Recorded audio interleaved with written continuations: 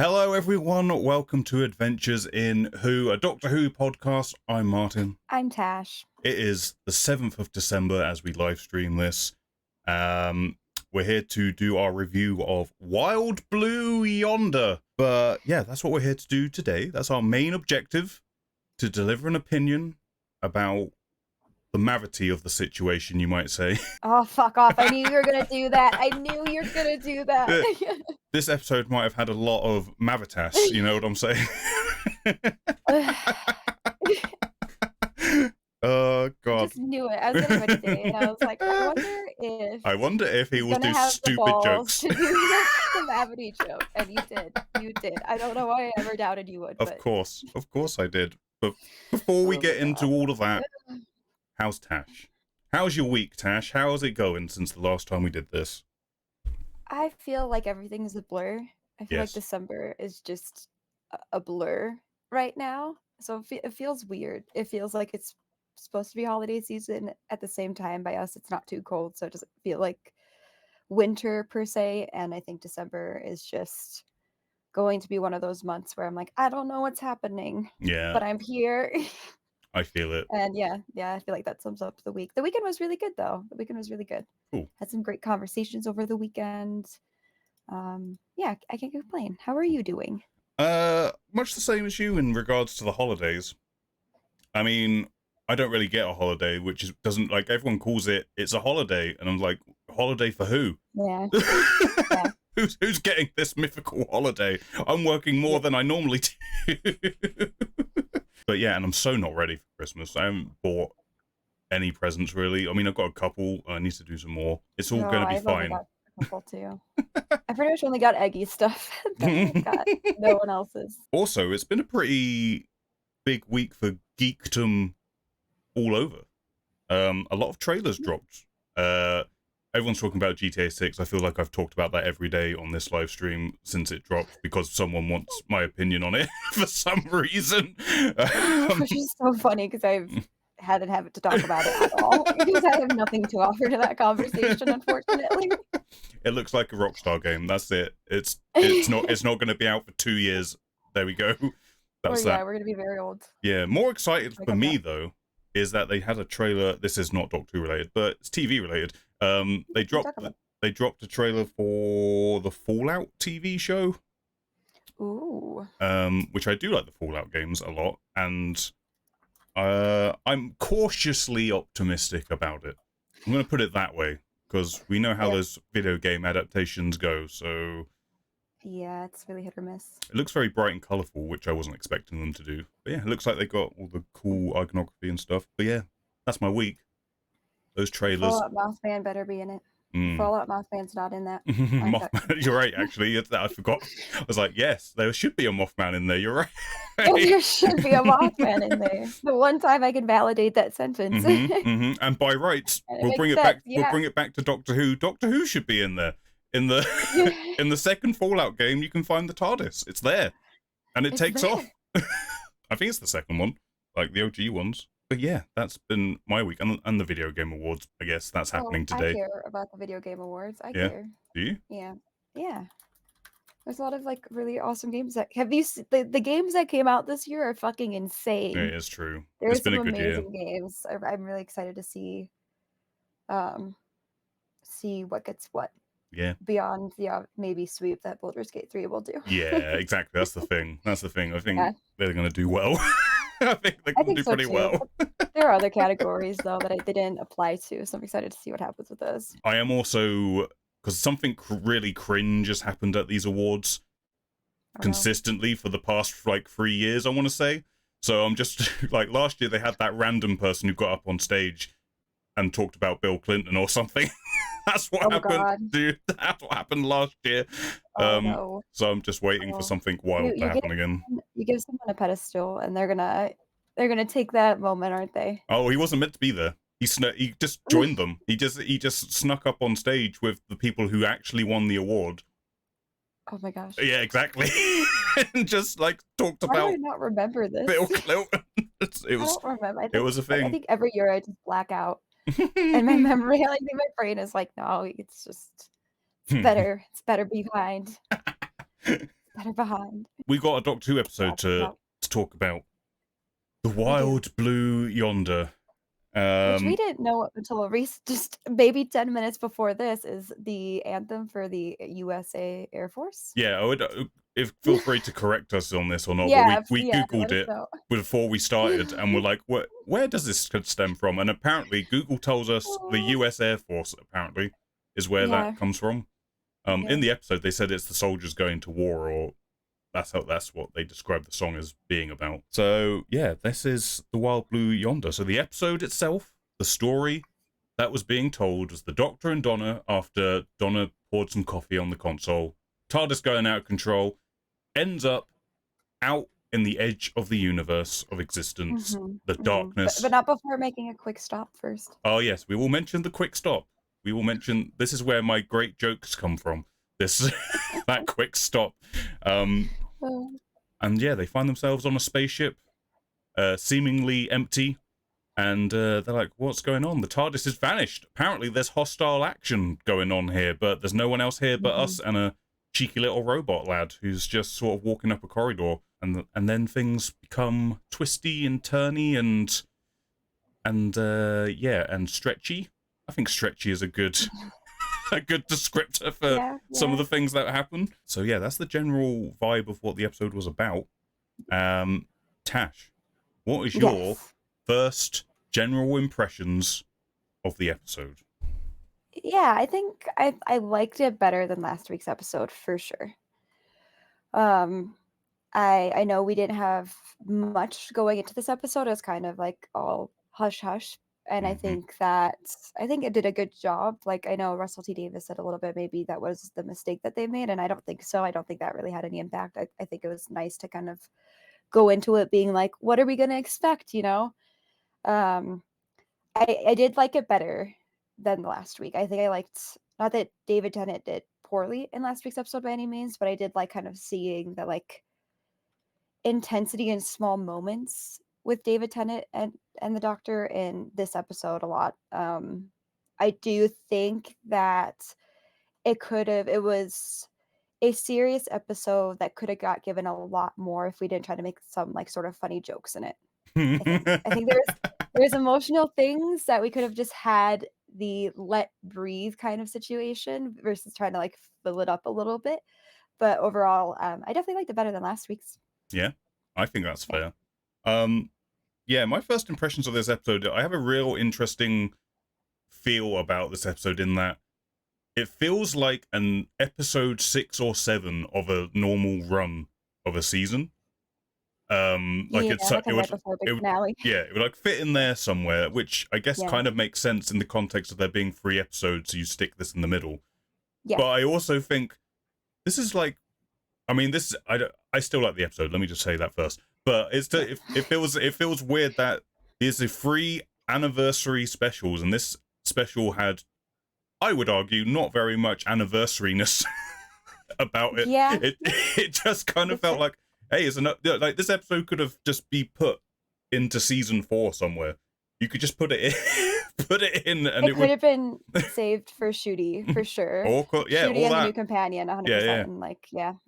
Absolutely. I mean, I guess the point of this is that, hey, David and Catherine are back. Let's have an episode where we just have them. We just get them to do all the heavy lifting because let's have fun with them being back on the show, basically. And I guess that's also allows them to save a lot of money for the first episode and the third episode. True. Like, we'll talk about it at the end, but we suspect next week, or this week I should say, is going to be nuts, which we'll see. Well, I'm slightly nervous about that. But anyway, this episode, I really liked the slow pace, especially the build-up to the reveal, which I guess we can mention that there are evil double gangers involved, so you get extra. Sorry, my notes just go flying through the floor there for a second. Like, I'm so passionate. So passionate about these double gangers. Goddamn. Oh my god. Evil double gangers show up, which gives David and Catherine even more to do. And I liked the slow build up, not rushing into it, because there's obviously a temptation just to do that straight away. And I like Russell being more minimalist. Like, I feel like he excels as a science fiction writer, when he really confines himself to an idea and sticks to the idea, and like a very Midnight style kind of episode. I mean, it feels like an extension of that episode, like even down to the monster being a mimic. Being a devil, it reminded me of a couple of different episodes. But yeah, I liked it a lot. I mean, we talked about this. There's one thing we did talk about before doing this, is that it's so wild that we watched Event Horizon. Right before this. Yeah, literally. Yeah, I mean, evening before, or morning before, I guess. I mean, the similarities sort of start and finish with a ship out in the middle of nowhere that fell through a wormhole, and you know, there's not the same satanic stuff going on. But however, the vibes of an empty spaceship and something weird going on were very much there, and also bits of The Thing, which we also watched not that long ago as well. We've just been cramming sci-fi into our brains. We see it all.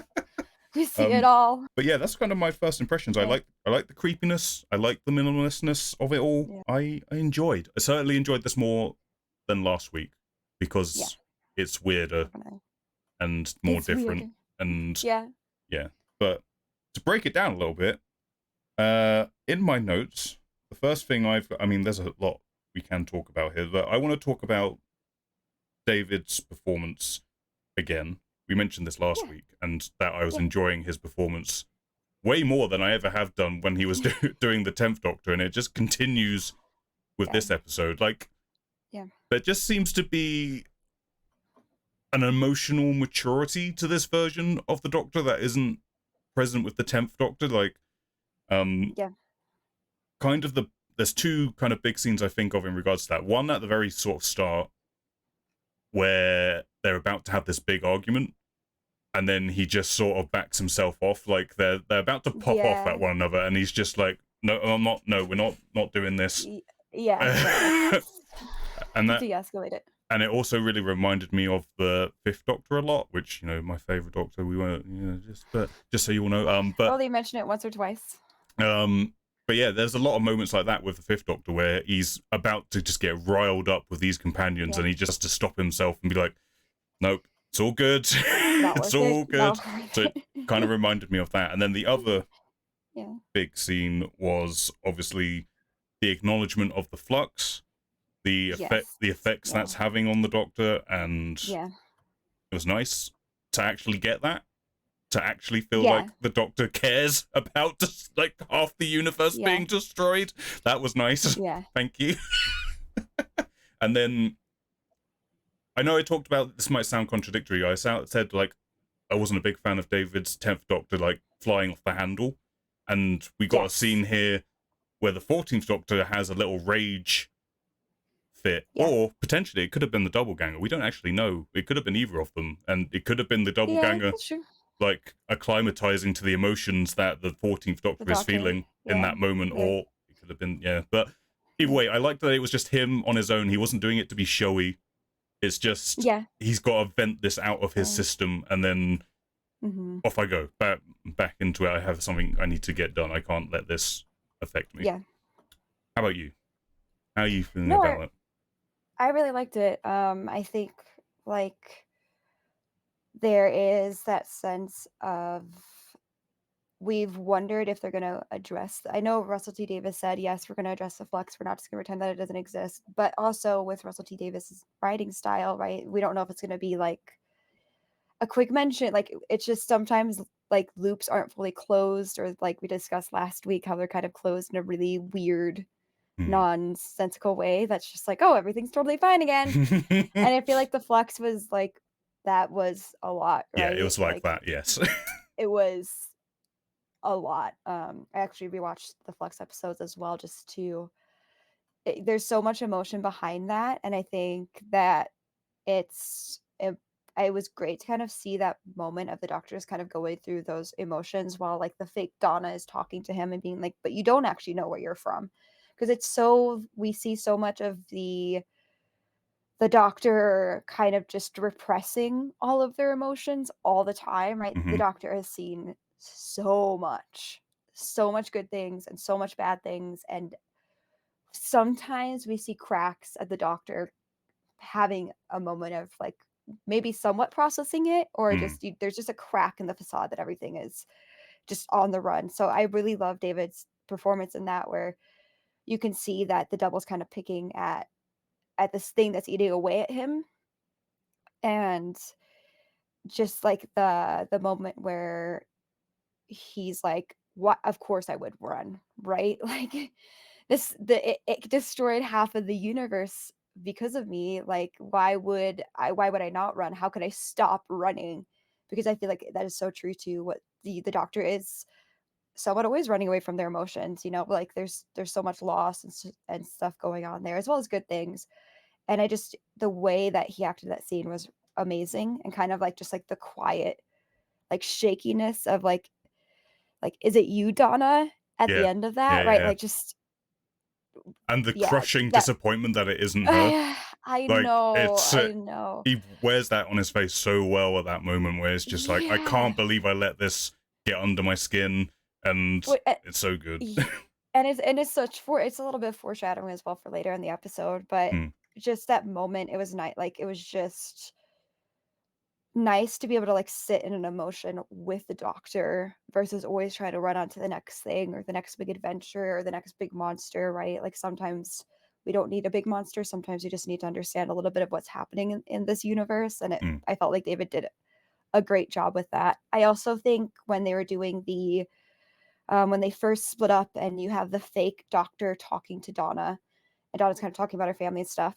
Even David Tennant's performance there, like, if you compare the fake Doctor to the fake Donna and how the fake Donna's acting, you can see the fake Doctor at first is like showing like what seems genuine, right? To us at that moment. Like, Like I guess interest and empathy, empathy. like Yeah, yeah. empathy and interest in what Donna's saying, and like kind of like taking it all in, Mm, reacting, and like just being present there versus trying to be like a goofy doctor or kind of just like cold, where as you see, like, I feel like Donna's double is just like straight faced, yeah. cold, like you can tell immediately something's wrong, versus with David Tennant's performance in that moment. Did a great job of like mimicking empathy, and yeah, I thought it was just great. I thought he Yeah. did really great in this episode. Not that I thought he did good overall in the other one as well, but it was nice to see those moments in this one. No, absolutely. When he first comes into the room as the fake Doctor, it's like, it's like something slightly unsettling. Like, you feel like, I don't know how David Tennant did it. He's like,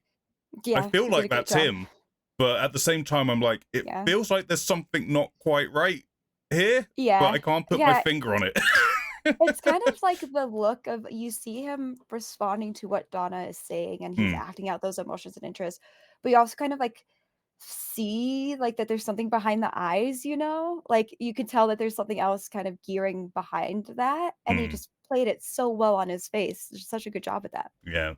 I feel like the direction probably was for Catherine to be more overt, because obviously how the scenes are working, Yes, it yeah. sort of becomes very apparent in that moment that there is There's something something afoot. wrong. Yeah, yeah. So she has a little bit more leeway to you can be creepy if you want, Catherine. Lean into Yeah, yeah, it. yeah. Go ahead. You could do you. I never thought I'd say this, but the way David's doing this, it's actually making me sad that we have to lose him next week, because like Yeah. he's Well, doing. and I'm not laughing at that. I'm laughing at the fact that, like, did you ever expect those words to come out of your mouth? No, Yeah. absolutely not. When they announced that he was coming back to do these specials, and I was like, it's going to be all focused on him, I'm like, here we go again. Here we go Yeah, again. yeah. Not that it sounds like I hate him as the Doctor. I don't hate him as the Doctor. I just feel like No. there's a We've already lot talked about it too a little bit, yeah. there's a lot of him as the Doctor, and I feel like I've had my fill. Okay, I'm good on the DT. Yeah. Um, but yeah, so it does surprise me, honestly, that like I say, it's just Yeah. there's more subtlety and nuance and maturity to this performance versus his 10th Doctor one, which appeals to me. It feels like we're not really talking about Catherine Tate, but she did great in this as well. Like Yeah. the reveal of her elongated arm Like it's just Oh so my gosh. it's so odd. Like My she's arm's too long. yeah, but it's so like she's so creepy in that she's like like she's like a child who's like, what? Why is this? Why is my Yeah, arm just so holding long? it up. Yeah. It's so creepy. Eggy in chat puts it very well. It's 4 great performances by 2 people because Yeah. they're so Yeah. distinct. Like even David Tennant's little smirks as his evil doppelganger. Like Yeah. It's like, damn, I thought I tricked them, you yeah, know? You could see it in the face. it's an interesting point of discussion. Is the effects in this episode? Yeah. I think some of them worked really well for what they're doing. It gave me some Attack on Titan vibes for some of it. Specifically, there's obviously one scene where there's giant versions of them chasing them down a hallway. Yeah. And to be fair to them, on the effects side, especially David Tennant's big arms, his big, long, chunky hands and arms, I thought that was completely like a CG creation. But it turns out it's not. They're just big arms that they photo scanned from David Tennant and got him to wear. that he can then drag around. I thought they were complete CGI things, but they're not. They were actually props to that team because I can't imagine that was super easy. The effect in terms of the CGI, the thing that leapt out the worst thing to me was just that long hallway. There was something about that long hallway that just I was not sold on. They're on a green screen. Yeah. And it kind of took away for me a little bit, like, I don't know, the immersion, if that's the right word, of being on board this spaceship, because I think the cockpit and all the other areas looked pretty good, and like especially when they're doing the scene where he's like leaning on the window and you get the mixture of the and the CG of the outside of the spaceship looked really good. Like I was really convinced by all of that, but something about that hallway, it's just the way it was like lit or something. I'm not a technical expert on CG and how you implement it all, so I couldn't tell you what it is, but there's just something about those fake walls, man. I was like, we are not in a real place, and it was really distracting to me. I mean, I've said this before, like I feel like that spaceship like hallway just felt kind of like, and then I'm trying to find like the right words to word it, because I'm not trying to say it like truly in like a mean critical way by any means, because it's something new for us to see, right? We're used to clunky spaceship sets, even when it's the big ones, so it's new for us to see sparkly and shiny in the sense of like on the scale as well, on the scale, but it felt very like they kind of like Star Wars wannabe-esque per se, I think, with like but it wasn't even the like CGI for me. It was more so just like some things were unnecessary, and I think it took away from the seriousness of the episode. Like I think this episode, while it hit on serious topics, I think it had the potential to be even more emotionally in depth. I gave a lot of things more time to breathe and kind of like let us sit in the emotions of everything happening, and then kind of heal from that, move on to like the next Doctor per se. But like the whole car coming from the ground thing, I don't think that was necessary. Like you could have just had like the little car kind of like there, you know? It kind of just took away, like all small things like that took away from kind of what was happening. Yeah, it's just like these fun little cheeky, goofy moments sort of spread in here and there. Yeah. I guess it's for the sake of, hey, it's still a family show. We can't lean into the spookiness too much, because that might be a little, I don't know. Plus, also, it feels like that hallway is only as long as it is like in universe per se, because we have to do a chase scene in it, and we need this robot to walk down it really slowly. Like there doesn't seem to be any other reason why it's that long. No. And I will say, like, I did kind of like the very like kind of like Event Horizon freakiness of like the ship is doing things and like kind of swapping things up on them, like like the panels flipping and stuff like that. Like I like that. That was fine. I liked kind of like seeing a little bit like the tunnels per se of, I don't even know if it's tunnels, that's not the right term for it, but like the underground, like I vents don't know, or whatever, the behind scene area of whatever they're getting twisted into, and that the ship is changing. Like that was, I could still feel immersed in that. I just think there's some things with the hallway and just they could have cut it out and still kept like the light tone and just not have to like kind of show per se like that things are being edited in that way. Yeah. Did you, just before we move on from that Yeah. chase scene, like I say, it gave me kind of, like, it's this weird thing where certain shots of that chase scene like gave me the unsettling Attack on Titan, like, humanoid but kind of not humanoid creatures which are creepy, but then Yeah. it would cut back to it and then it would just be like, well, that just looks silly. Like, I had such a yo-yo effect of like, oh, this is Yeah. creepy, and now I'm like, okay, now I'm kind of taken out of it a bit, and this is creepy again. Oh no, that's kind of Nope. janky. Yeah. That's all over the place. And then I guess it's a kind of body horror, like when they just become too big to fit in the hallway. I was like, Yeah, and the freaking eye, like David Tennant's eye and she just their faces in that scene were yeah, cracking me up. yeah. I mean, it's good.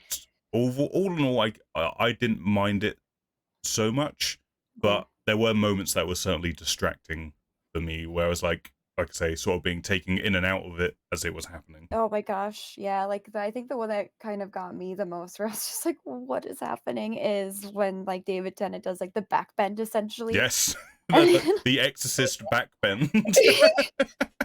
I was like, "Holy crap, okay." Yeah, I feel Just like crawling around like that, it was just the funniest edit to me. yeah, exactly. That's what it is. It's the edit of that scene and how they show it. It's so, like, it's meant to Yeah, be really creepy, and I feel like if yeah, you shot it differently, it could be really creepy. it was just But funny.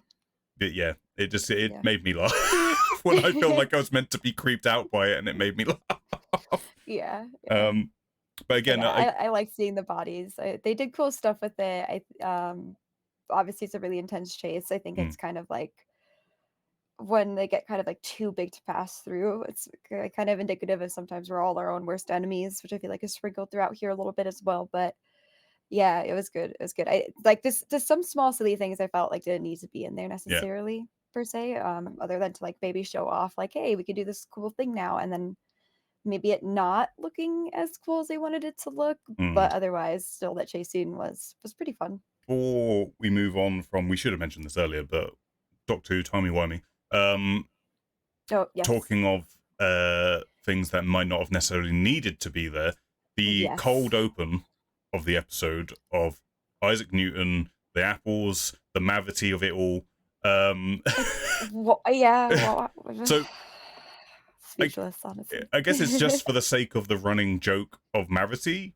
And I guess it kind of links into the idea of humans being able to believe in two separate things at the same time, where I guess the Doctor knows it's gravity and That's a mavity, stretch and though. it is a bit of a That's a stretch. It stretch. is a Yeah, bit. because the It's a doctor very, also isn't human. yeah. It's very like, what's the word I'm thinking of? I'm thinking of a different word, but the word coming to me is transcendental, which is a Doctor Who word. It's not.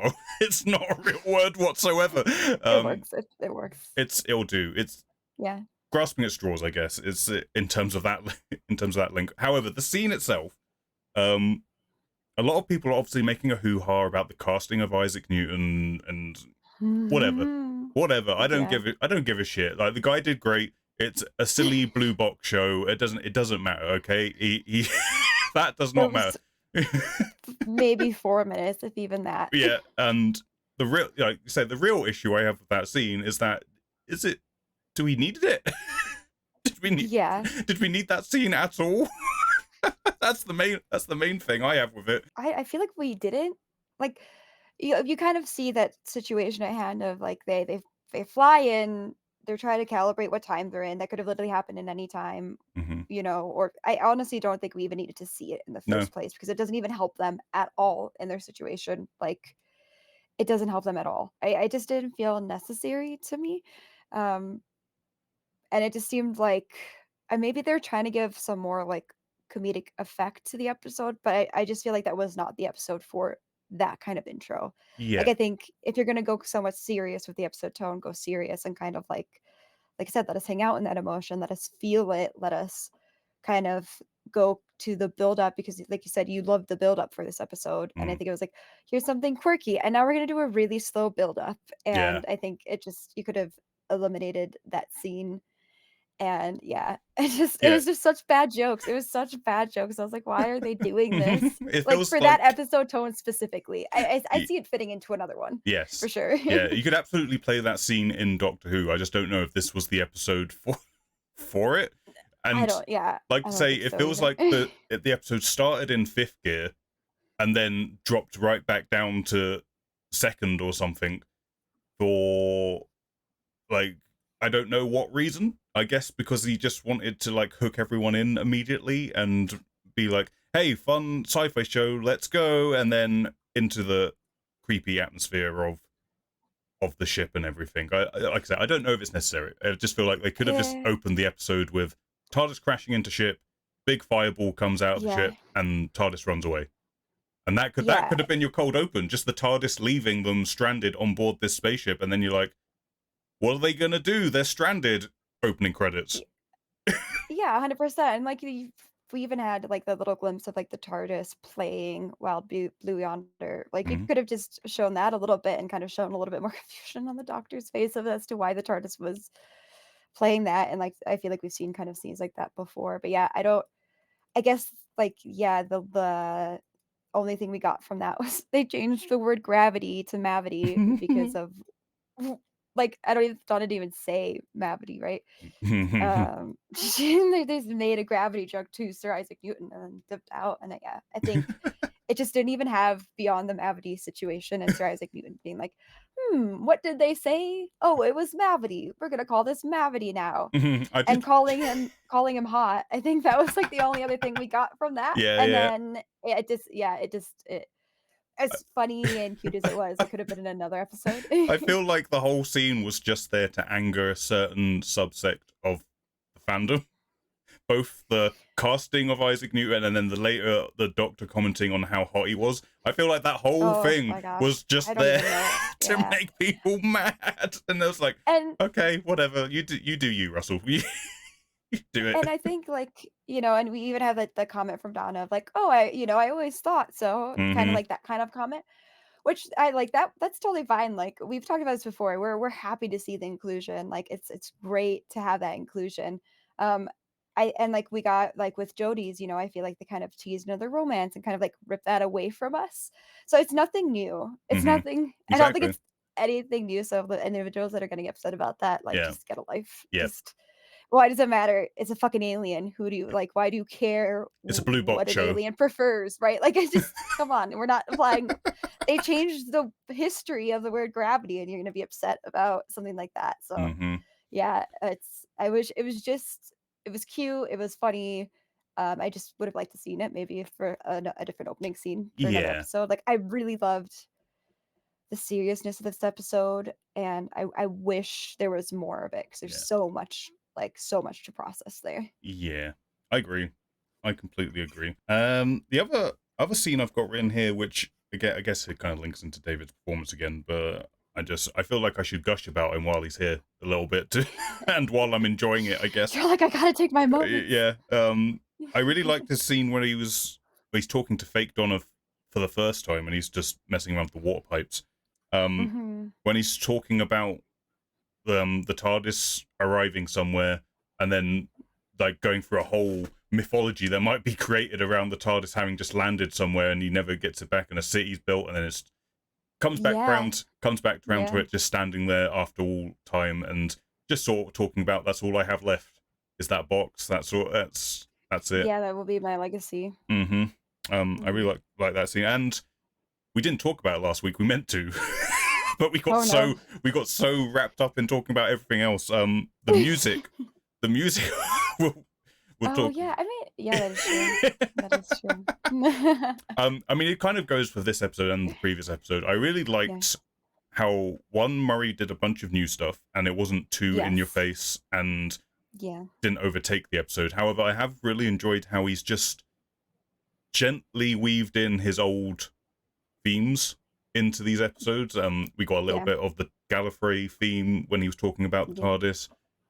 Last week we had the 11th Doctor's theme playing when they were flicking all the buttons, or at least Oh yes. a version Yeah, of we it. did. Yeah. And we also got in this episode when at the very end when they're sort of Donna's trying to get the awkward conversation out of him. Like, come on, just talk to me, please, just talk to me. Yeah, just They tell me what's going on. they sort of played it felt like I'm not 100% sure, but it felt like kind of a mix of Clara's theme, the 12th Doctor theme, and a few other bits and pieces all kind of blended together. Yeah. Which just does a great job of just putting you in the Doctor's head emotively in that moment where he could be thinking about all the stuff that happened in the last 15 years and we can recognize it through the music Kind that's of playing. the tone that's going on. Yeah. So I have enjoyed Murray's music thus far. And I even, in the end of this episode where you kind of, what I guess is going to be kind of the Toymakers theme. Intro, is kind of playing when they first get there. Sounds kind of very different to anything else that Murray's done. And yeah. Also, I really liked, this is going back to last week's, but when the Doctor first arrives back on Earth and he comes out of the TARDIS, he's just walking around Camden. That bit of music that's playing really reminded me of like Bill, like the sort of music that he would do for Bill and walking around the university and all that kind of stuff, that kind of jaunty little theme. Yeah. So I did kind of thinking of the joys of like kind of what was going on in that moment. Because for a second, everything's fine in that moment, right? It's just like a bustling town of people just kind of living in their own worlds, and it has kind of that tone to it of just bopping around, you know. I know you've got thoughts. Well, we both have thoughts and feelings because we didn't talk about the opening theme either. We didn't talk about the theme music properly either. I'm just kind of confused as to why there's kind of like an asthmatic jogger in the main theme at the moment. Like, unless there's a reason, there might be a reason for it. The heavy breathing. It's just somewhat of a chanting.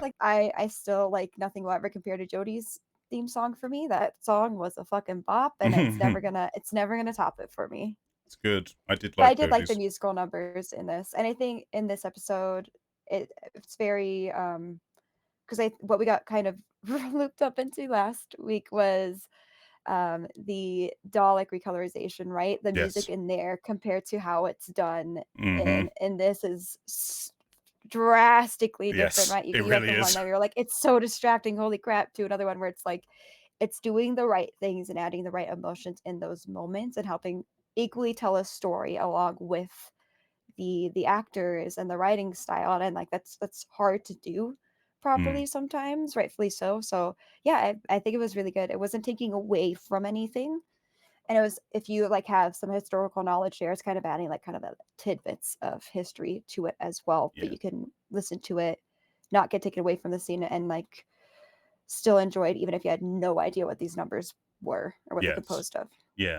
And the atmospheric, like, it's very minimal, but I really liked the track when the probe is just going around the ship. It just helped kind of evoke the emptiness of where they are and the isolation of it. And I just like hearing Murray Gold do more atmospheric kind of music. And like I say, like talking about that distracting music from the colored in Dalek episodes, like a coloring book, colored in Dalek. They all colored in now. They're all good. You'd expect, based on Murray's past, you'd expect him to be very big and bombastic with his music, and I feel like he kind of pulling back, especially in this episode, was kind of pulling back from doing that, which is nice. It's nice. Hey YouTube, we're back. You just missed out on some good talk right there. You could have been here live at twitch.tv/IndieGeekGuy if you wanted to get all that good stuff. That's not a shameless plug. Nope. But we're back to continue our Doctor Whoing gib gab. Gib gab. A good old gabble. Get that gabble. Salt. There was a scene involving salt. Yeah, there was. I kind of want to link this into not next week. Well, next week, I guess, and last week. It feels like the salt thing and talking about it at the end of the episode, and also, well, we kind of know a little bit more about the boss. We know a little bit about that, not details of it, but we know that that's not going to come into play until Shooty comes in. That's something that's going to be happening there. But the salt thing, One, it was a fun, just in the moment scene of the Doctor being a very doctorly clever thing to try and do. Like, hey, this will work as a distraction. I loved both their faces when Evil Donna starts counting. Like, both of them are like I really didn't expect her to start doing that. And just like the other Donna's face when she starts counting, she's like, I don't want to do this. And then immediately it's just, and then the Doctor double is just like, I am beyond that. I am not count. You fucking, It's so like, it's such a good mirror for the two characters though. Like the Doctor being like, I am not doing that. Are you kidding me? Yeah. Donna being like, listen. Yeah. Like, yeah. Donna's always not afraid to do the hard work, I feel like. Exactly. But yeah, as for that whole salt scene, it gets implied at the end of the episode that could be a bigger thing because the Doctor enacted something at the edge of the universe which could break reality or change reality in some way or allow something to pass through.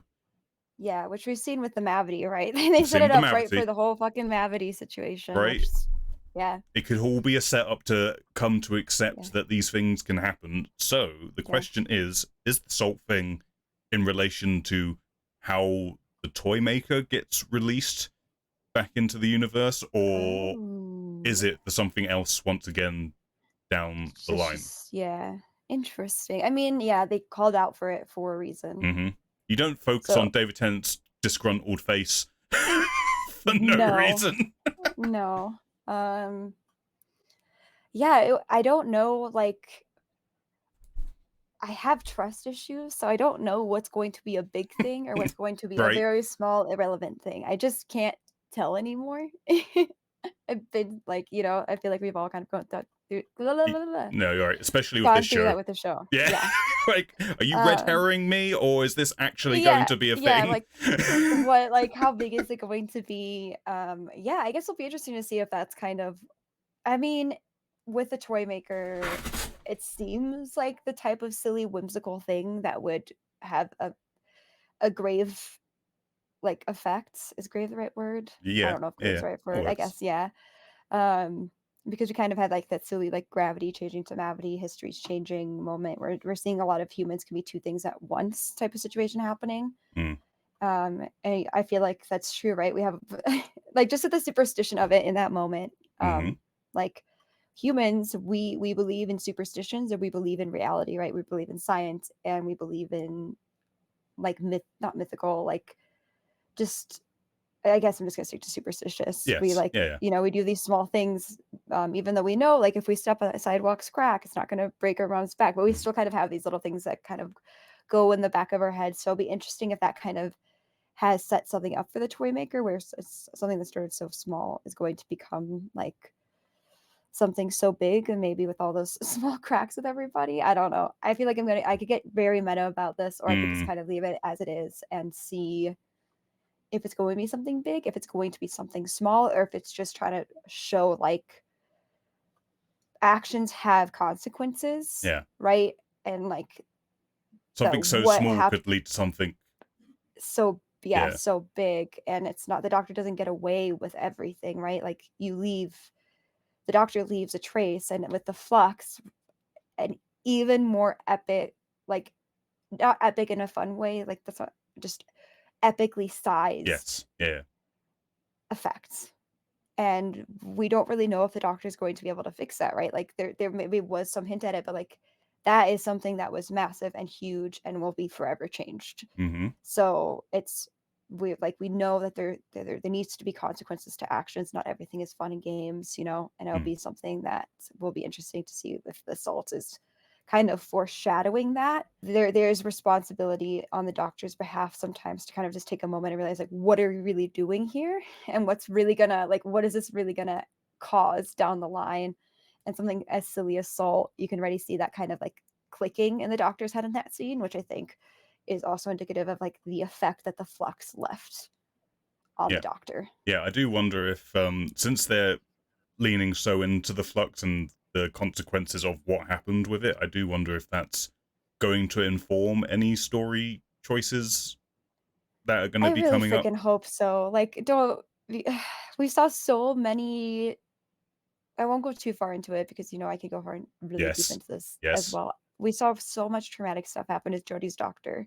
Whether you like the writing style or not, you cannot deny that that was some really altering stuff to what we know as the doctor.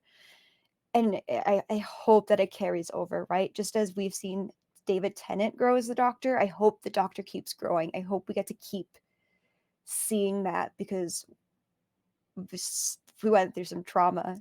Yeah. Not that we haven't got through trauma before, but like some deep trauma there. It's And we it's need big to news, right? continue it. Yeah, Yeah, like it's we like need to continue that, right? Like you don't just destroy half of the universe and be like, all that's right, fine. moving on. Yeah, like we're never gonna revisit this ever again, Like Like every villain came from that too, to kind of like feast on the sadness and depravity of that situation that was happening. I really, really, really hope we get more to how the doctor processes that than we mhm. did just in this episode. Yeah. I really hope we do it. I hope we give the doctor the emotional depth that they deserve. Yeah. No, I agree. Like I have thoughts and feelings about the Timeless Child storyline, and Yeah, my and like it's not my thing. I'll just say that for now. If we do yeah, more of definitely. these, we'll probably talk about that more in the future. But Yes, I 100%. feel like you can't just ignore it because it would be weird if the It doctor's was just like, trauma. It was fucking. There's people died. A yeah, lot of exactly, people died. exactly, you know. and it was, and going back to that flux scene, because that flux scene is so good, and I feel like a lot of people are just kind of sleeping on it because a lot of people don't want to accept that they're still talking about the flux, Oh, but it saved this whole like 3 episodes for me. Like that single scene made this worth it for me. hmm Yeah. Sorry. it's no, it's really just a good moment to sort of show no, things matter. Yeah. Yeah. Things happen, and there are They're there. consequences, even if they're just Yeah. personal consequences that the Yeah. character has to live with. And it was a really Doctor Lee moment to when she's like, even though it's the fake Donna, it wasn't your fault, and I know, Yeah. but I'm still holding it over myself because that's who I am, and that's what I will Yeah. always do. And consequences. We talked about this last week. I want Yeah. consequences to things happening.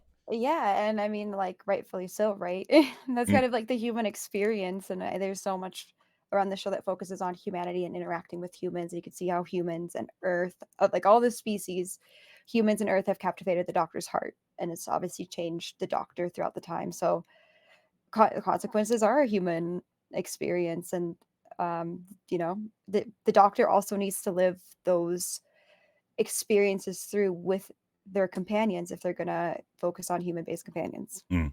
I love that this conversation stemmed from a man pouring salt on the ground and making someone count it. Leave it to us. I'm Leave it to us really. to go that way. I will laugh so hard if this week. I keep wanting to say next week because it feels like it should be next week, but it's this I don't week. know what time it If is. yeah, Like, right. time is a social construct. I don't get it. But if there's a scene of David Tennant going like, "Fuck, I knew I shouldn't have put that salt on the ground." I knew it would bite me on the ass. God damn it. As long as there's no jokes about being salty. Like, because I think I might just break if we have to deal with another one of those really Dear. horribly punny jokes. That's good. But I think all in all, once again, we're kind of on the same page of the episode. This is why we're friends. Yeah. We're We share the same brain cell. yeah. Same brain wave. Yeah. I think we both liked it more than last week. We both feel like there was some tonal yo-yoing whiplash every so often. Yeah. But overall liked it a lot more. And we both like the creepy stuff, so that kind of helps. Yeah. For both of us. I love it. And I mean, to be fair, the Doctor is like it is a creepy topic, right? Like you're literally all in time and space. Mm-hmm. Things are being destroyed. Just like the moment of kind of like looking out at the edge of the universe and like seeing the Doctor be dumbfounded themselves during it was great. Yeah. Like that was great, right? Yeah. Like this is for once in our our lifetime, right? We're seeing the doc, not maybe for once in our lifetime. I'm sure this has happened before. Don't quote me on that. I didn't mean to say it that way. Like it's the doctor seeing something for the first time as well, just being kind of like, well, Yeah. shit, Yeah, right? Like that. it ups the I love that. stakes. It ups the stakes. It does. It does. If the doctor's confused by something, it's like, oh, it must be serious because just doesn't have the answer or the improv to solve the situation immediately. It's like, Yeah. oh, okay, this might be more dangerous than normal. And it kind of felt like Voyage of the Damned to me a little bit. Like Voyage of the Damned, the Midnight episode, and then like the Rebel Flesh kind of all mixed Yeah, into this one. a little bit of that, a little bit of Rebel Flesh. Absolutely midnight, but I feel like this episode would have benefited a lot more if it did what Midnight did, is that once the turn of the creepiness happens, it just stays on that course. It's like we're not shifting, we're just creepy. It's creepy from this point until the very end, and that's and that's I agree. I definitely agree with that one. I do want to talk a little bit just before this is kind of more moving into the surroundings rather than the episode itself, but keeping this episode so secret. We mentioned it a little bit earlier on, where it built up expectations as to, like Russell T Davies said it himself, sort of saying people thought maybe Matt Smith and Peter Capaldi were going to show up, or maybe we'll find William Hartnell there somewhere, and that made an overhyped thing. And I even talked about how this episode felt weird, that it's an anniversary special, but it just kind of feels like an episode that could have slotted in to a normal season in the middle somewhere. Definitely.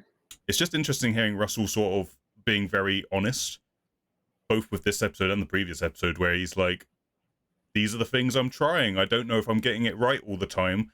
And it's sort of all, I very much like, even though I might have problems with Russell's writing from time to time, I really, as a producer of the show, I think he does an amazing job of, one, highlighting it and putting it in the public eye, but also talking about making the show and putting such a spotlight on how these shows get made. And like we've seen it with Doctor Who Unleashed, that being a thing, all the behind the scenes stuff they put on YouTube, him, like I say, talking very honestly about his process, and which I like.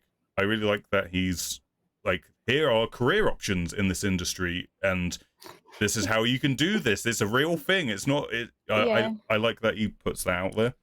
You too can become a showrunner one day. Yeah, absolutely. If that's what you want to do, if you work at it, it can be a thing, and you might not always get it right, which is also okay. Yeah. It's what's part of the creative process, is that you're not always going to get it right all the time, as long as you kind of own it.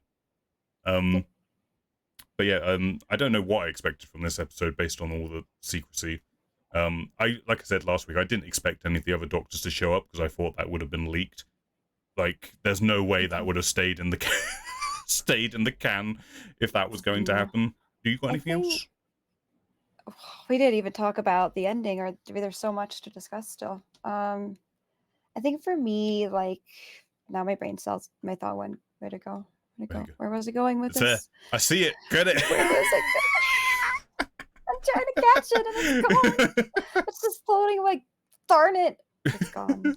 It's gone. It's gone. Okay. No, I got it back. Go. Okay, got it Quick, back. before it goes. Yeah, like, Russell said, like, maybe, like, the secrecy was kind of led to a disappointment because there was all that kind of discussions and stuff. And I think I've been pretty good about going into these episodes with, like, a really, like, I'm not expecting anything, so that I can just sit there and kind of see, like, experiencing it for what it is. So maybe that might kind of be like tweaking my perspective on it a little bit. But Russell had said, like, like, this is the most simple of the episodes. Yes. And for me, I don't feel like it was. Like, sure, there wasn't insane, like, there wasn't a lot of other characters going on, right? I think, like, it was the most emotively complex. Yeah. I think there's so much really going on there, and, like, it's okay to sit with an emotion and start thinking about what that means, and that be a concept. Like, that is okay. Like, we saw that in this episode. That doesn't make it simple. That makes it probably more rich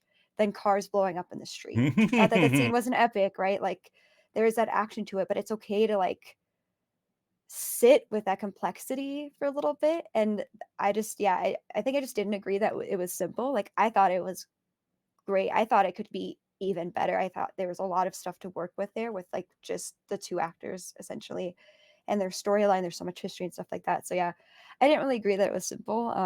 Maybe in the sense of like there wasn't as many actors or things like that, but I like it's I want to see like Russell, and I think he's doing it. Yeah. I think everyone who is involved with this project or has been involved with the Doctor, they're all maturing, right? It's just like it's part of life. And you can see it happening, which I'm happy about, because we, as us too, as fans, we are also maturing and moving through different stages of our lives.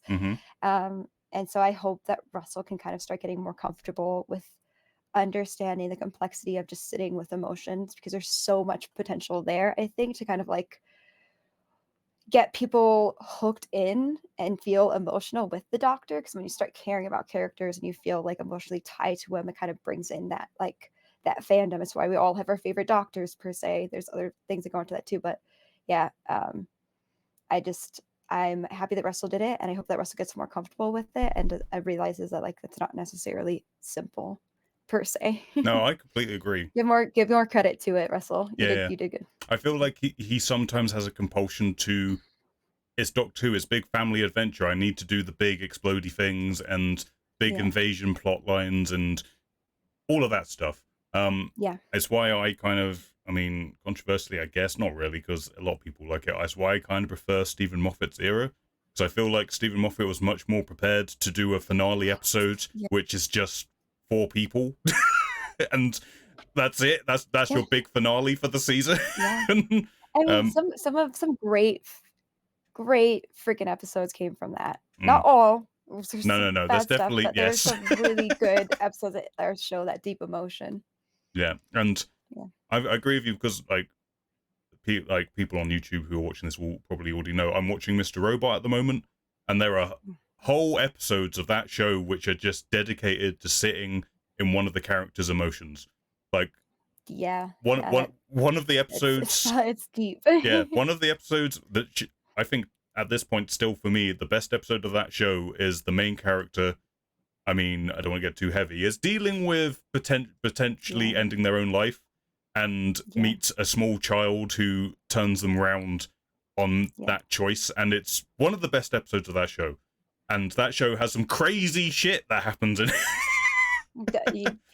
But also, that's putting it madly. And the show feels aware that they know that they're doing a good episode when it's just this very small scaled thing talking about someone's emotions. And like I say, I want Russell to be more comfortable with telling those sort of stories. As much as I love seeing all the crazy blue box, something nutty happen, like, of course you can have that. Speaking of which, Bernard Cribbins, at the end of this episode, so firstly, we can confirm, I think now, that this was the only scene that he shot.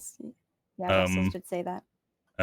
I think other people were saying that they saw him filming other things, but maybe they weren't able to finish the post-production on that stuff, so they were only really able to complete this scene, or something along those lines. I don't know. Whatever the case is, this is the only scene we're going to be getting of him, and yes, that is confirmed by Russell's per a very sweet Instagram post. And it was both joyous and not easy to go through.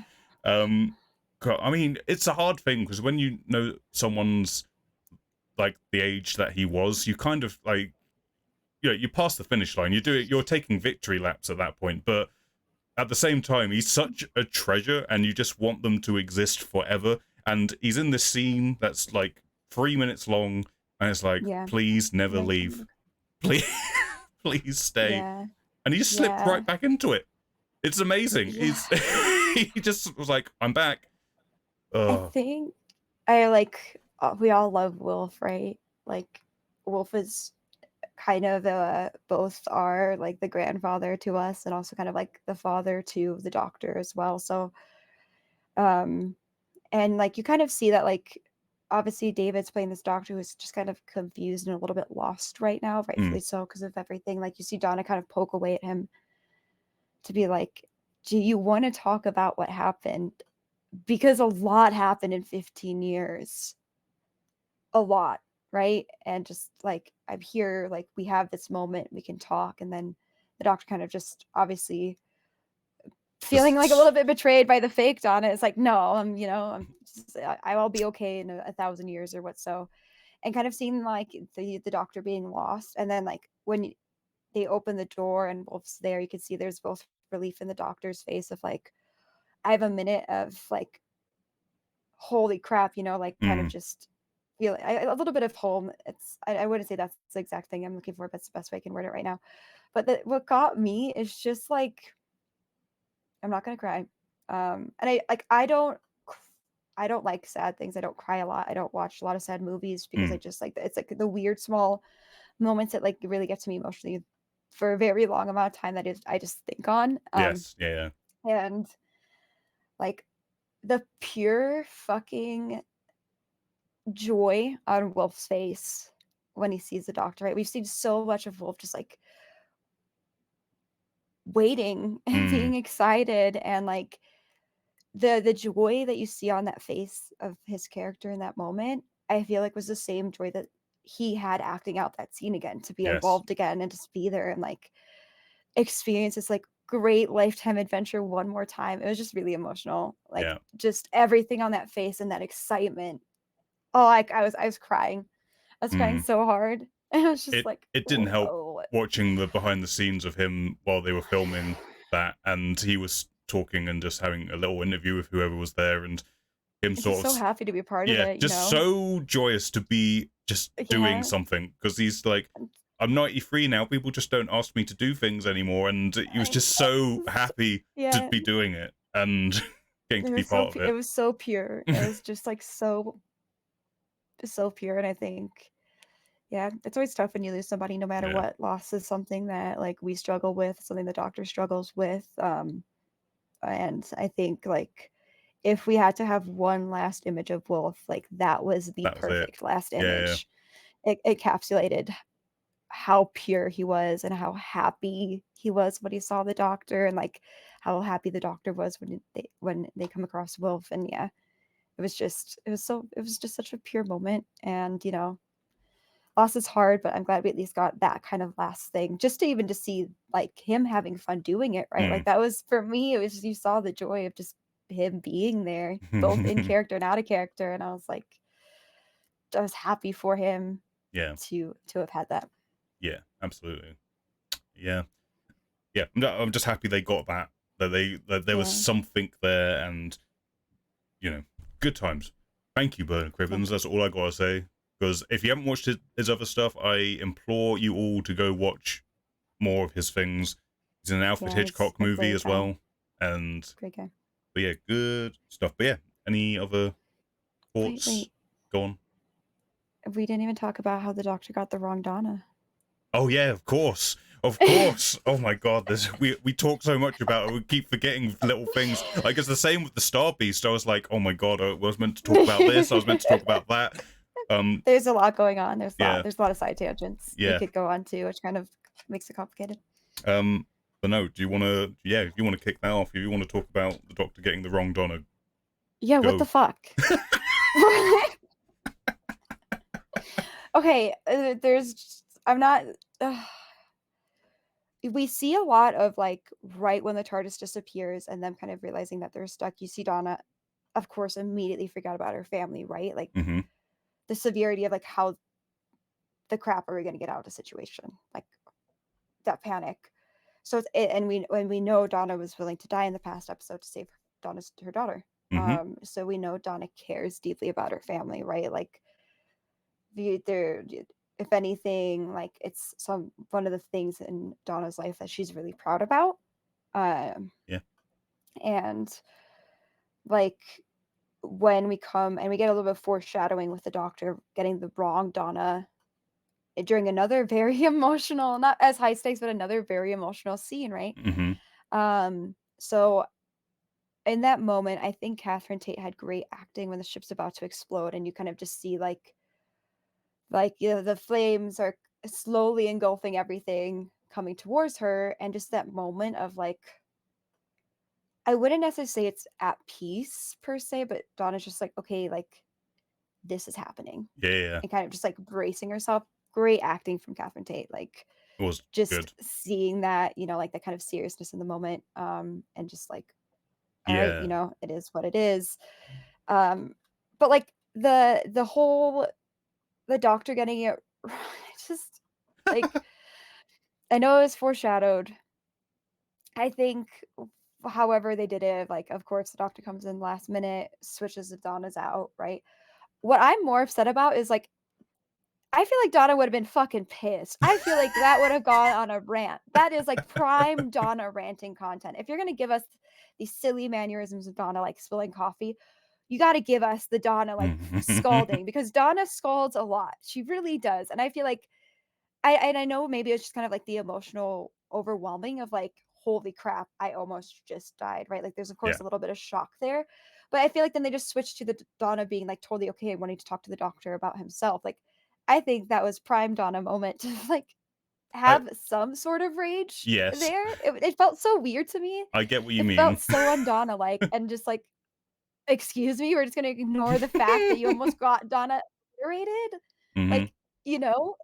I get It what you're was saying. way too Exactly. fucking close. I feel like Way too close. I mean, I get what you're saying, but I feel like it was a good way to demonstrate how Donna has grown up since when we last saw her. Like I say, Yeah, the yeah, moment, yeah, like you say, when she's pretty certain that this is how she's going to die, I yeah, think it was very of just a good choice either by Catherine Tate herself, either or the script, because we don't know what was in the script versus what she yeah, chose to do as a performer or whatever. yeah, Just the fact that she was ready to obviously panicked and stuff at when she yeah, realized she's been left behind, but when the moment is coming, yeah. she's just kind of accepting it with grace rather than the Screaming, yeah, yeah, going exactly. out. Yeah, Um, yeah, so that was really nice, and I think that just plays into her not having a go at the doctor in that moment, especially yeah, when the doctor sort of says that copy was a 99.9% match to you in that moment, like it was near yeah, perfect, and yeah, which I think helped get over how much of a threat these creatures are. Um, that yeah, that they could do that and they could trick the doctor of all people, but even if it yeah. was just for a moment, they would be able to do that. Um, My Matt Smith doctor would never. That's all I'm gonna say. never ever would never do such Matt a Smith would thing. have caught on that. um, No, no, yeah, she was emotional. It was emotionally mature. I just feel like they give us like the like, oh, like, oops, silly Donna spilled coffee. Like, I still like think she's allowed to have a little bit of rage of like, what the literal fuck, you idiot. yeah, I don't know. Yeah. Maybe we'll get some rage next week, depending what situation. I really don't know how Donna's going to play into next week's story at all. I don't know how next week's story, like, I get a little bit of maybe of what it's going to be, but like the ending of this episode with the freaking plane just crashing. Yes, yeah, What is happening? it's like 28 days Humanity's later out lost there, itself. Yes, right? seriously though. um, but no, I That's liked so that they funny. decided to make the choice to have the Doctor make her be wrong in that moment. Yeah, I yeah. like it, There's the foreshadowing of it as well. yeah, and it shows the vulnerability and the not always perfect. And I feel because I feel like if this was season 4, what would have happened is he would have chose the right one, but they would have played it up. Oh, has he chosen the wrong one? And then no, Yeah, it was the yeah. right Is he one. sure? Is he not sure? And then you'd have the Doctor just spout off like, oh, "Of course you knew you're the right one. Your arm was too long on the other one." Blah blah. Like he would have just Yeah, winged his way through it a little bit. So I kind of liked that. Again, back to that consequence. yeah. It feels like it's like, oh, we're willing to maybe push it a bit further now than what we were previously. Oh, Um, yeah, definitely. I get and then I don't disagree that they should like, I get why they did that. I think it fits into it. I think there should have just been a little bit more of a consequence with Donna yeah, towards the doctor maybe a little bit. It doesn't need to be like a full on, like, full rage, like, yeah, you can show so much kind of like I get maybe disappointment. mm, I don't even know if it'd be disappointed, but you can show so much in a face with a single look. yes. Trust me, he knows, but I think that, like, we saw, like, the great face acting with Catherine of like just realizing, okay, this is happening. I think that would have been nice to have like a scene where Catherine kind of just gives the doctor like a sort of Really? look of like, Really? you know, mixed in with like, holy shit, that just happened. I think it was just a perfect moment to kind of show off a little bit more with Catherine Tate's skills. But no, I yeah, mean, there might have been a draft version where there was a moment like that, but they thought maybe for time we just have the doctor explain the arm was too long, and that darn arm. but they were near perfect, so don't be mad at me, thanks. Yeah, moving on. Bye. No, it was a good moment. That was it. It was a good moment all in all. Is there anything else about this episode that you can think of? No, I did see someone, like, I did see one interesting that someone said, like, it would have been like how we've kind of been saying, it feels like this could have been like an episode 4 to 6 portion of a series. I think that this episode, like if you like you said, if this is going to be an anniversary thing, I think that this episode could have been written for Shooty and the new companion. Could have been because there's saved, going to be, and like it probably would have had a different tone for sure, but like the distrust a little bit maybe would have been there, would have been like a very like, I don't know you, do I trust you type of thing that like, a lot of the time, sometimes people are just like, awesome, a police box, let's get inside. Oh, wow, it's bigger inside. And they're like, okay, huh, let's go. Like, I have no more follow-up questions. Like, let's go on this adventure. Not all. But yeah, it would have been, I think it could have been an interesting story as well with a new doctor and a new companion being like, I don't know you, but I have like weird information on you, Yeah, because it's interesting that the story could be, like you said, it could be played both ways, where you have two people who are very familiar with one another having to deal with this situation, or you could play it in a very different way, where you've got two people who've only just met having to maybe look into the darker nature of the person that they're with, and if they can accept it or not. So I saw a lot of people, I'll put this to you, sort of around the web, sort of saying how this episode would have played with other Doctor companion, like how this episode would have felt with them, like who it would have worked with. Is there a Doctor companion who you think this episode might have been interesting with? Not necessarily been better or worse or whatever, but just it would have been interesting to see that duo do this episode. Yeah, well, you already know what I'm gonna say. I have no idea who I would pick. No, I think I think Matt Smith's Doctor with Amy. I think that would have been really good because we kind of got a little bit of that when the Doctor knows it's not the real Amy on the TARDIS, and it kind of is. We're seeing constant examination of the body to see, is she pregnant, is she not pregnant, type of thing, where the Doctor's like, something else is going on here. I think it would have been interesting to see them because there had to have been. Not to say that Donna and David don't have trust, like, there's trust there, obviously. There had to be so much trust in Matt Smith and Amy's seasons. So much. Like, just utterly trust, right? You have the situation where, like, the Amy isn't even able to open up her own eyes and, like, is sitting kind of in captive forest in a spaceship where we have the weeping angel coming after her. And we also, like, everybody's kind of being swallowed into that crack, and like the Doctor's like, you just have to trust me, like letting her literally sit in a ship filled with like some known monsters, maybe unknown monsters, just blind, while people are like, she can hear people disappearing away from her and just forgetting that everything exists. That's just like a tiny example, right? The Doctor needed to trust Amy to essentially be rewritten into history and be remembered and come back after kind of essentially sacrificing himself. So I think they would have been a great duo for this episode as well. Yeah. Eggy in the cheery chat says Capaldi and Bill, which would have been interesting, because they're very fresh relationship, and it's the same thing like you're saying with Shooty and Millie but also there's the element of Capaldi's duty of care, like student mentor sort of relationship, and like I say, that whole idea of reflecting a darker version of the person you're meant to be entrusted with. Like you trusting that they're going to be your teacher, not necessarily like your partner in something per se. I think Capaldi and Clara would have been interesting. given that the whole arc of their story is about how toxic their relationship can become. And like if it could have been like an interesting alternative to like the prelude to Clara departing, if you have the two of them facing like evil doppelgangers that is making them maybe slowly realize, maybe our relationship isn't the most healthy one. So that, I mean, that could have been interesting. But yeah, it's an interesting question. Like it's like a lot of people like talk about Heaven Sent. Like a lot of people would say no other Doctor could have done Heaven Sent. That was designed around Capaldi to do that episode, and or at least not have done it in the same way that he achieved holding that episode up on his own.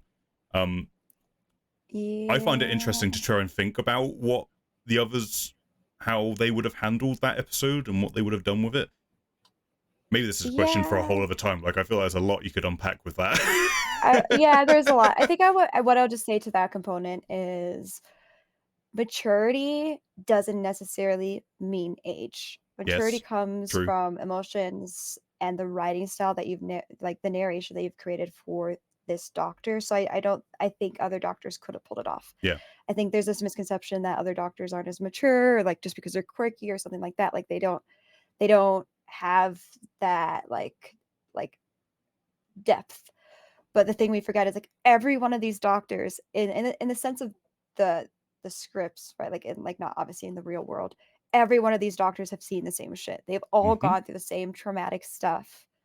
Maybe some Doctors haven't gone through certain things yet, but there's history of that stuff. So just because you don't see those emotions right away doesn't mean that they're not there. And I think like, I'll just leave it with maturity doesn't come with age. Yeah, no, I agree. I certainly think it would have been interesting to see solo episodes with other people. Like Eggy saying Tennant and Smith could have done that episode, and I can definitely see versions of that episode with them doing it. But I think what's great about it is that it wouldn't be the same. Like it would all focus on different things essentially. You'd see like little different moments and little different tendencies to try solve problems that they've kind of clung to throughout their seasons. No, sorry, side tangent, but I thought it was relevant based on what the theme of this episode of what this episode was about. No, definitely. It's definitely a thought-provoking question for sure. All right. Well, I guess we have to give this a rating because we've rated the other one. So if you were to give this, how many extended limbs out of 10 would you give this? Extended limbs? I need to grow a few more to be able to do that. Given that you gave last week a 6. Yeah, I'd say an 8. I'd say an 8. I think it would have been a 10 if we like took away like the weird intro and gave a little bit more time to like deal with emotional situations. Yeah, I think Mavity out of 10. Mavity out of 10. How many Mavities would you give this? We're never gonna outlive this joke either, and that's the worst part. This joke is just gonna be canon to the fucking universe now. I don't know what. I feel like I'm right there with you. I feel like, if it had a more consistent tone throughout, and I don't know, maybe they had enough scenes of what I wanted. Though I think I'm kind of there with an 8. And obviously we had a bit of button pushy action to try and resolve the situation once again, but it kind of made sense within the context of this episode. Like I wasn't as like mad with it as I was last week. And it was also kind of interesting that the plot resolved itself just because they were there long enough. like the way the story ends is that they were managed to be there long enough for the TARDIS to realize that, the danger is ended. I can come pick them up now. But I guess that's not the point of the episode. The point of the episode is that they have to go through the journey, so to speak. And you can argue that the hostile action only comes about because they landed in the first place. Because if they weren't there, the nothings wouldn't have had anything to latch onto. No, and time would have eventually kind of set off the explosion for them. Donna and the Doctor just sped it up a little bit. Timey-wimey. Sped it up a little bit. Timey-wimey. Except the danger was at the highest at the end. Typical TARDIS. Has to be Yeah. dramatic. Yeah. I'm the real hero here. But no, I think 8's a good score. 8 Yeah. Mavity limbs out of 10. I can concur with. 8 Mavity limbs out of 10. To be fair, with my rating system, I think there's only like one episode that's ever gotten a 10 out of 10 from me, and not that I'm like a snob critic or anything like that. Like, I'm the least of those type of people in general. Like, I love giving everything a shot, like even like book adaptations and stuff like that. So, and like an eight's pretty stinking good. I think so. Good. I mean, my rating system is 5 is average, and when I say average, I mean it's not bad. It's just kind of like, this is exactly what I expect. It's perfectly serviceable. It's good. Yeah. Like, that's what a 5 is to me. It is me. adequate. Yeah. And then anything below that is like the flaws are too prominent for me to ignore. And then if you're going over 5, it's like, oh, okay, well, it's all good. And then, oh, I liked these bits higher. Yeah, there's extra things that added to it. Yeah. So that's kind of what I'm going off of. But I guess same in my mind. Yeah. So speculation, I guess. For the giggle. Le giggle. Neil Patrick Harris as the toy maker. We know that. Everyone going crazy. 28 Days Later style, as we know. Planes crashing. Everything's wild. So interesting things that are being thrown around about the episode is that, is David Tennant going to be in it all the way through? Is Shooty going to show up halfway? Is like all kinds of things are being thrown around. I think it would be a little bit weird if David Tennant isn't in the whole thing. I think if you're making such a hoo-ha about him being back and he's only back for 2.5 episodes, that would I feel like they wouldn't want to waste him while they've got him, and they'd want to make the most out of having him there. I don't know if we want to talk about. I don't know if you know about this. There's a theory thing about how the regeneration's going to happen, and it might stem into the controversial mythology change that Russell T Davies has been talking about this week. I don't know if you want to talk about this or not, because it's so not backed up by any evidence. It's just like people talking about it. Yeah, I mean, everything's speculation, right? Like, that's even when we're having these conversations, we just went on a tangent about speculating about stinking salt. So, I would say go for it. I don't care. So there's a thing going around that what's going to happen for this regeneration, and it's going to be completely different. And you know, Russell's been saying things. He's saying, I'm going to change the mythology of the show again, and it might be controversial. We're going to be playing a scene that we've never played in Doctor Who before towards the end of the episode. So some people are sort of speculating that the regeneration might be something that they're calling a bi-regeneration. So that Shooty is going to like split off from David Tennant in some way, and that David Tennant will still be present. Oh, 2 doctors at the same time type of thing. And that's how they're going to have their sneak in. It is a multi-doctor episode, but it's not how you expected it to be. And like I say, this is all rumor, speculation, no solidness to this. But that's what people are talking about. I don't know. I mean, firstly, I don't know how accurate that is. My first temptation is to call bullshit. That's my first temptation on it. I feel like I feel like the episode's. I mean, that for the most part, I feel the episode is going to be about the 14th Doctor dealing with the toy maker, and that's going to come to a head in some way. That's going to lead to the regeneration in some way, and obviously we've still got the mystery of why has this face come back? Why is the 10th Doctor's face? They're still playing into that. There's clearly a reason for why that is happening. If there isn't a reason, I will find you, Russell T. Davies. Just kidding, I won't. For the equal purposes, I won't. But please, dear God, just give us a better ending. Yeah, I feel like there definitely is I saw someone sort of saying, I kind of like this idea, but I don't think it's necessarily the whole truth. But I kind of like it as an idea. Is that someone saying that maybe the Doctor, after the flux, after the Timeless Child, after everything that's happened, maybe the Doctor has chosen this face to refine themselves, because they're like, I don't know who I am. I need to go back to something that is comfortable to me. Maybe like I kind of like that yeah. as an idea, but I feel Yeah. like whatever it's building up to is going to be something more More story than led that? than that. Like, Mm. there's going to be something to it more so. Because we still did see the clip of, like, him telling Donna, "I can't save you this time." Have we seen that play out yet? No, I don't think so. Okay, okay.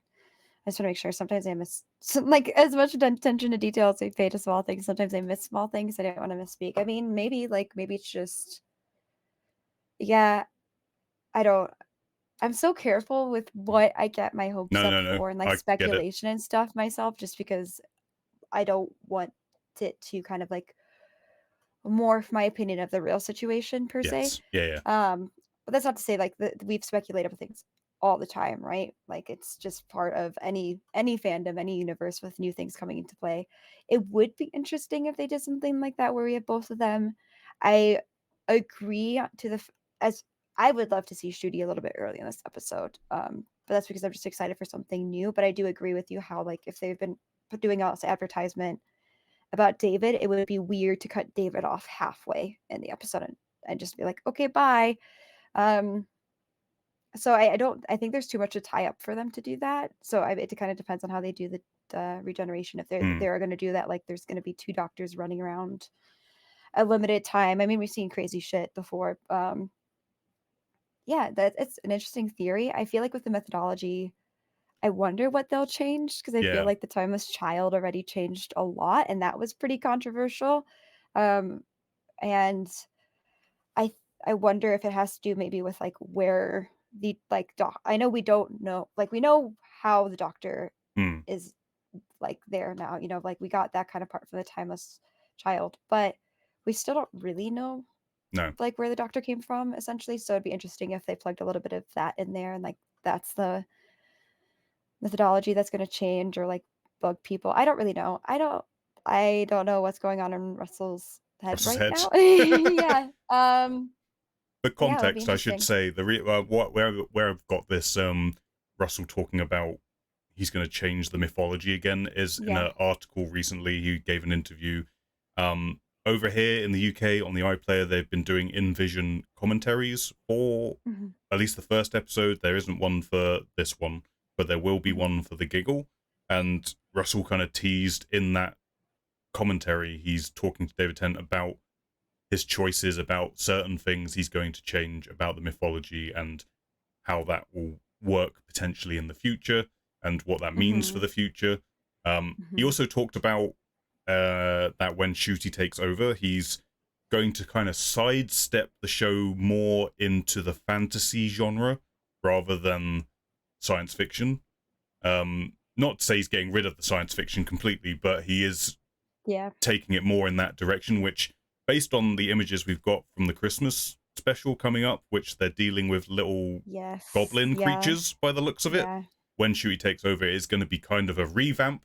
So we're going to be kind of seeing the story unfold from Ruby's perspective, um, much like he did with Rose in the very beginning in 2005. Yeah. It's going to be more from her point of view and her entering the Doctor's world, so to speak. Um, which makes sense if you, I mean, especially with this massive push with Disney Plus, and apparently, Yeah. the Disney Plus Disney money only very slightly came into effect with these specials. Most of the budget push for these episodes have just come from the BBC saying, "Hey, it's the 60th anniversary. Yeah. We'll give you some more money for this." But the real Disney push for everything is starting with Yeah. Shooty. And that's when you'll start seeing the Disney marketing machine for it stir up Yeah. and all Yeah. of that stuff. So that's just an Kind of interesting side explains the note. fantasy type of thing A little bit. a little It bit. does. Yeah. It is the constant question, I think, for everyone right now is how much input are Disney producers having on this? Is it just distribution? We know they're getting some money from this Yeah. in some way, shape, or form. So that makes you think they want to have a little bit of say in what's happening in the pie. Yeah. Yeah. um, but Yeah. I Yeah. guess we won't really ever know until after this era has concluded and everyone can sort of talk about it a little bit more honestly, I guess. Yeah.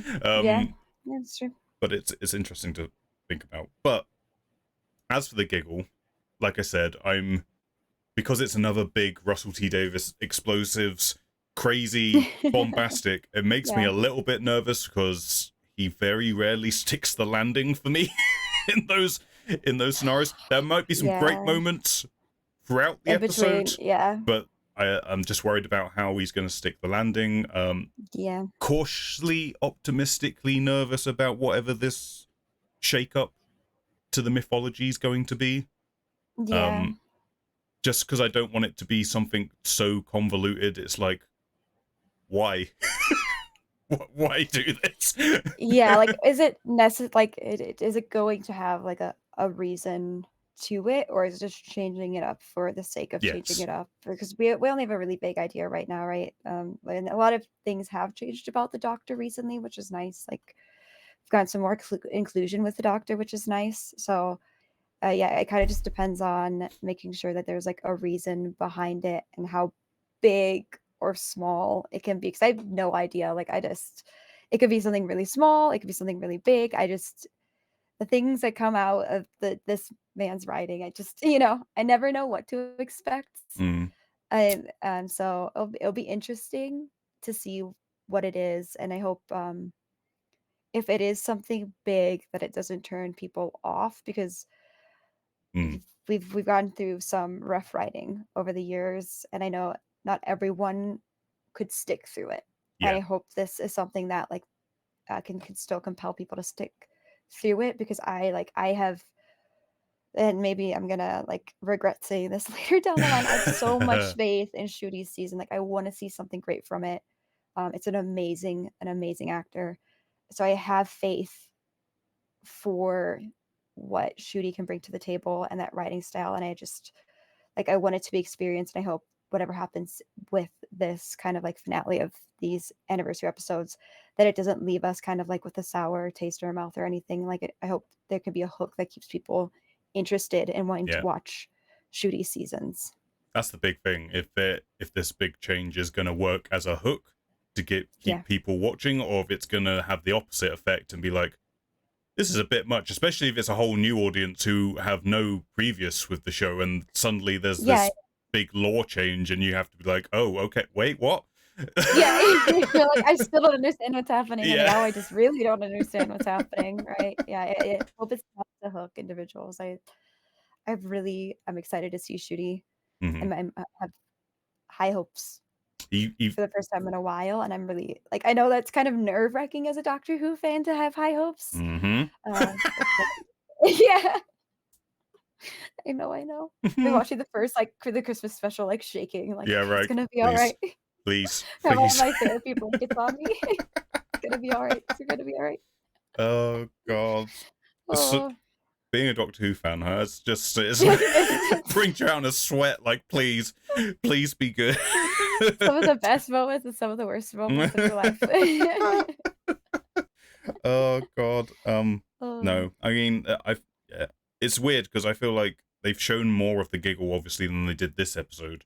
But I still don't really have a concept of what's going on. Yeah, exactly. No, I think Neil Patrick Harris is just, in my opinion, a great actor as well. And the series of unfortunate events, Neil Patrick Harris did such a great job in that. And I can kind of see like how the sort of characteristics that he showed as that character can kind of play into like a crazy toy maker mindset, like just pure chaos. So I'm interested to see how Neil Patrick Harris does with like the Doctor Who verse. I mean, I just think of him from Starship Troopers, but that's me. Everyone's talking about Barney from How I Met Your Mother. No, okay, he's the psychic from Starship Troopers who sends ferrets up his mother's pants. Okay, that's who he is. It's the ferret man. God damn it. Man. Ferret man. I don't even think of, like, I know How I Met Your Mother was a huge role for him. I don't even think of, like, that character is so unlike Neil Patrick Harris. Yes, right. I don't even think about Neil Patrick, that character, anymore. How I Met Your Mother was another show that, like, I wish still stood up, but I don't think it does. I think it's very problematic nowadays. Yeah, I only times dipped in and out of it. Majorly changed. Side tangent on that is related to the giggle. This is a bit of news that literally broke just before we started doing this. So they are doing an animation of the original Toymaker story, the Celestial Toymaker, with William Hartnell, because only the final episode of that arc exists. All the other ones got wiped, or burnt, or taped over.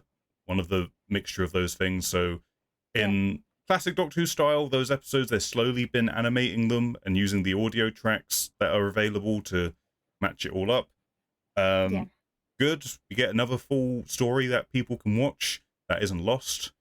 That's good. I'm not sold on the animation style because it looks that I like the 2D animations they've been doing because it's nice and simple. It works.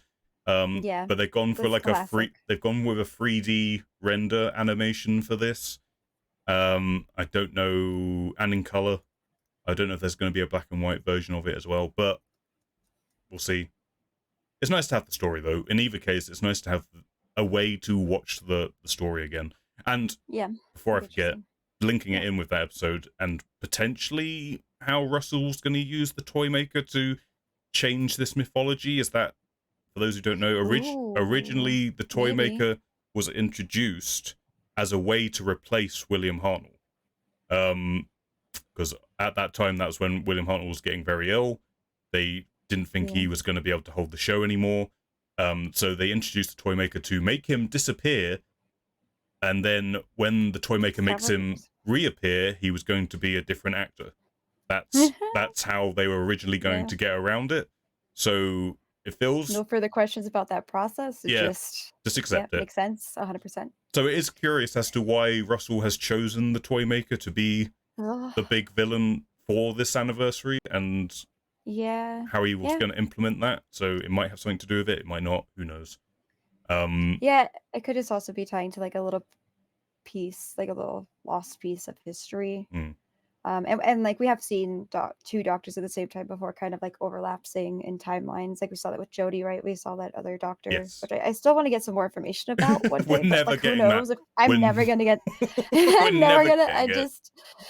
But so like we've seen some things, some shenanigans that can outplay. So yeah, it'll be interesting. Unless you listen to Big Finish's audio dramas, because I know Ruth Fugitive Doctor is getting her own audio drama series with them. So maybe they're gonna, as Big Finish often does, we'll fill in the gaps. Don't you worry. we got you. This. We got this. If you gave us a bigger budget, we could do more. Disney, are you out there? Can you do that? Can you give them that budget? But yeah, I think that's everything. I think we're covered as we go into this next one, with nervous energy. They would never leave a plot hole hanging. Never ever. No plot holes. Never happens. Nope, does not exist. Don't know that word. Haven't experienced that. But yeah, hope everyone enjoyed this episode. Hope you enjoyed Wild Blue Yonder as much as we did, and we'll be back next week for the giggle, and we'll talk about that, see what happens. But yeah, if you want to find Tash and all her things, if you're watching on YouTube, there's links down below.